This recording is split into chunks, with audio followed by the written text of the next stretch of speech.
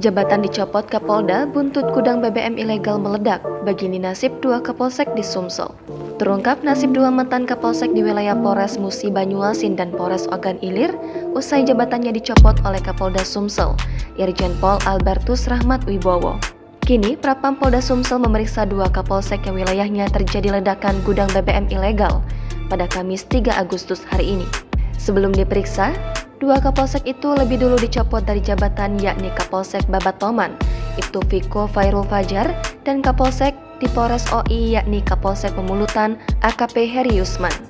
Pencopotan itu adalah wujud dari janji Kapolda Sumsel Irjen Pol Albertus Rahmat Wibowo untuk mencopot siapapun Kapolsek yang wilayahnya terjadi kebakaran akibat gudang penimbunan BBM ilegal meledak. Kabitumas Polda Sumsel Kombes Pol Supriyadi mengatakan belum bisa mengungkap hasil pemeriksaan terhadap mantan Kapolsek itu. Menurut Supriyadi, pemeriksaan terhadap Ibtu Viko Fairul Fajar dan AKP Heri Yusman akan lebih menuju ke sejauh mana mereka mengetahui keberadaan gudang BBM ilegal yang meledak di wilayahnya. Adapun kebakaran tempat penyulingan minyak ilegal terjadi di Desa Gombong, Kelurahan Mangunjaya, Kecamatan Babatoman, Kabupaten Muba pada Jumat 28 Juli. Kemudian, kebakaran gudang penyimpanan minyak ilegal juga terbakar di Kabupaten Ogan Ilir pada Selasa 1 Agustus kemarin.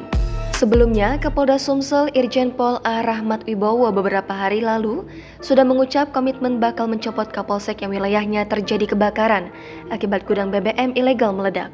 Pernyataan tersebut disampaikan Irjen Pol A. Rahmat Wibowo sebagai bentuk ketegasan bagi jajarannya untuk menumpas praktik penimbunan BBM ilegal.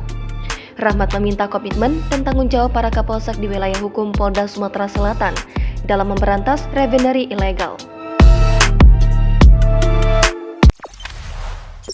Jangan lupa subscribe, share, komen, dan like ya!